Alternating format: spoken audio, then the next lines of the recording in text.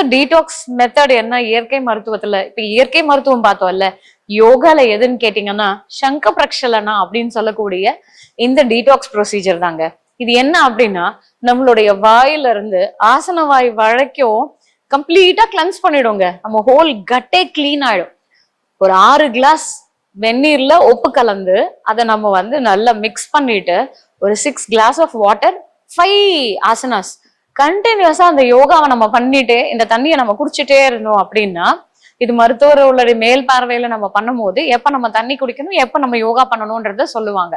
So அதை நம்ம பண்ணிட்டே சைமல்டேனியஸா பண்ணும் போது நம்மளுடைய குடல் ஓட்டம் வந்து நமக்கு தெரியும். அந்த அர்ஜென்சில நம்ம வந்து போகும்போது அது கம்ப்ளீட்டா கிளென்ஸ் பண்ணி கொடுக்கும். அதுவும் இந்த சலைன் வாட்டர் நம்ம பண்ணும் போது அந்த ப்ரெஷர், அந்த அப்டோமன் ப்ரெஷர்ல டிஃபரன்ஸ் வந்து நமக்கு எந்த இடத்துலயும் எங்கேயுமே உங்களுக்கு கழிவுகள் தங்காம அதை ஃப்ளஷ் அவுட் பண்ணி கொண்டு வர்றதுக்கு இந்த சலைன் வாட்டர் ஹெல்ப் பண்ணுங்க. இது நம்ம 6 மாசத்துக்கு ஒரு வாட்டி செஞ்சாலே போதும். கம்ப்ளீட்டா நம்ம பாடியை நம்மளே செல்ஃபாவே இதை டீடாக்ஸ் பண்ணிக்கலாம்.